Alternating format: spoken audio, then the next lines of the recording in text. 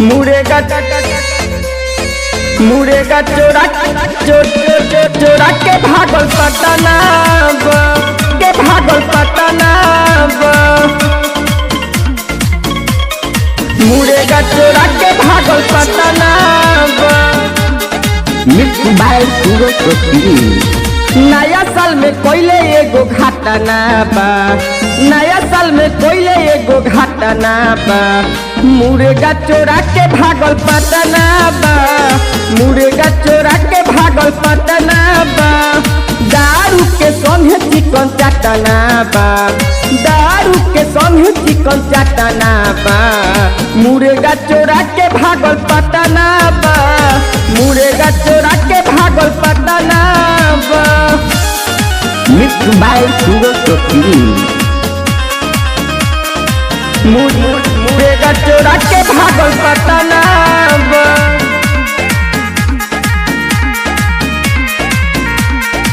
कैसे समझाई ओके बताई भई पूरा बदनाम बा, सुनिए पिया घर के लाजिया देवरे डूबावत तुहर नाम बा, देवरे डूबावत तुहर नाम बा।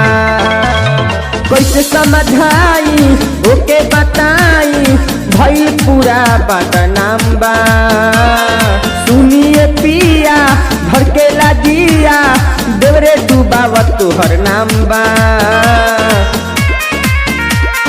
धरे वाला बर मुर्गा काटना बा, धरे वाला बर मुर्गा काटना बा, मुर्गा चोरा के भागल पटना बा, मुर्गा चोरा के भागल पटना बा।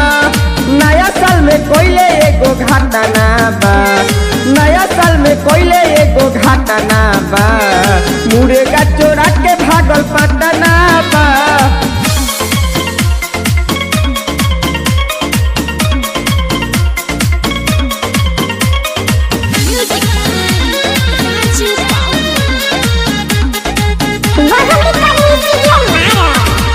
सुना ये सैया भेजा रुपैया लोग के भइल नुकसान बा, यही नया साल में फंस गई जाल में सूरज सचिन के नाम बा, सूरज सचिन के नाम बा।